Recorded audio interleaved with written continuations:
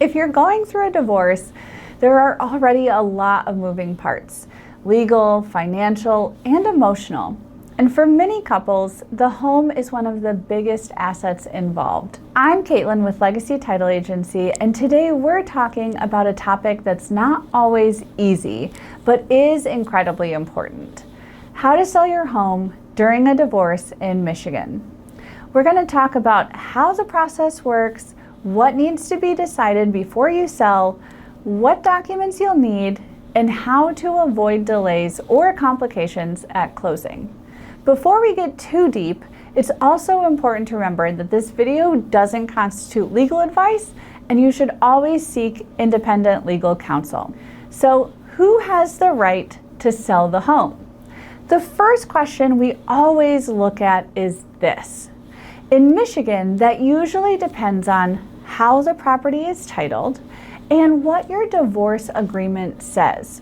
If both spouses are on title, which is very common, then both parties typically need to agree to the sale and sign on all closing documents, even if only one person lived in the home or paid the mortgage. If the divorce is already finalized, the judgment of divorce will often outline whether the home must be sold, how proceeds are divided, or if one party keeps the property. If the divorce is still pending, meaning you don't have a final divorce order, you usually need mutual agreement, meaning both parties need to agree to sell the home and agree on terms, even if they aren't both on title. Or you could potentially need a court order as well. So the bottom line, you cannot move forward with a sale unless the proper parties have legal authority. So what needs to be decided before listing? Well, before you even list the home, there are a few key decisions we should be making. Who is going to handle communication with the realtor and the title company?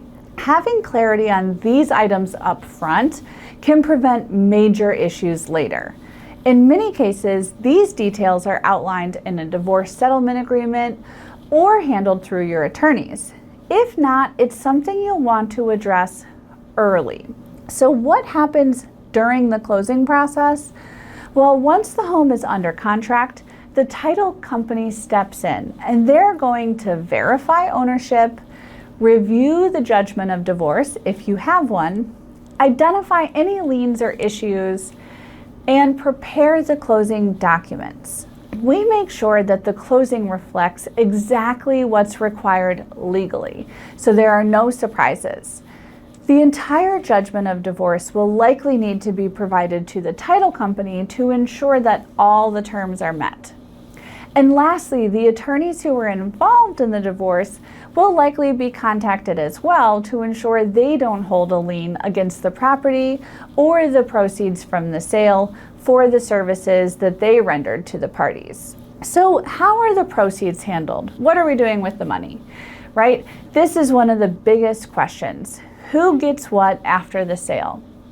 At closing, the title company is going to distribute funds based on the divorce agreement or written instructions signed by both parties.